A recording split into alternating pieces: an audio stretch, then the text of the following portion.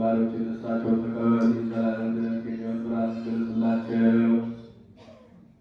አቤቱ ኃጢአታቸውን ሁሉ ይቅር በላቸው። ቸር ሰውን ስተናዘለና ይቅር ባይ አምላካችን እግዚአብሔር ማቴራ ከምሕረቱም የበዛ እውነተኛ የምትሆን የእኔን ኃጢአቴን አስተሰርይልኝ።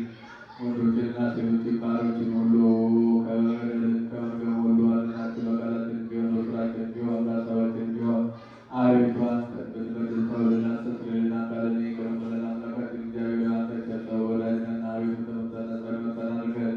ወገኖች ሁሉ ፍታቸው። ኀጥእ ባሪያን ፍታኝ። ክቡር የሚሆን ጳጳሳቱን አለቃ አባ ማትያስ አስበው። ብፁዕ የሚሆን አባ ሳሙኤልን አስበው።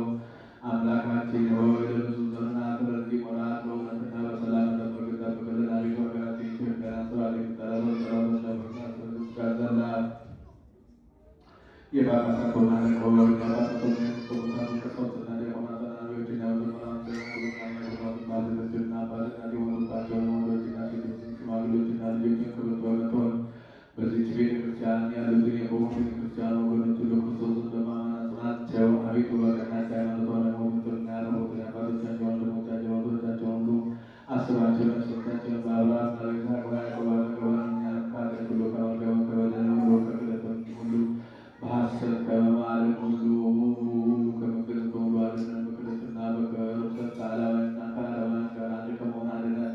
አቤቱ ጥበብና ኃይል ልዕልና ልቦና ረከትን በሰፊ ገር ፈታተን ከሰይጣን ስራ ውስጥ ዘላለሙ ነዚህ ዘንድ አቤቱ ጊዜ ፈቃድ ወደን ስትሰጠን ስማችንን በመንግሥተ ሰማያት በሕይወት በመጽሐፈ ቅዱሳንና ከሰማዕታት ሁሉ ጋር ጻፍ። በጌታችን በኢየሱስ ክርስቶስ እርሱ ያለ ክብር ስላሴ ይገባል። ከእርሱ ጋር ከመንፈስ ቅዱስ ጋር ዛሬ ዘወትርም ለዘላለሙ አሜን።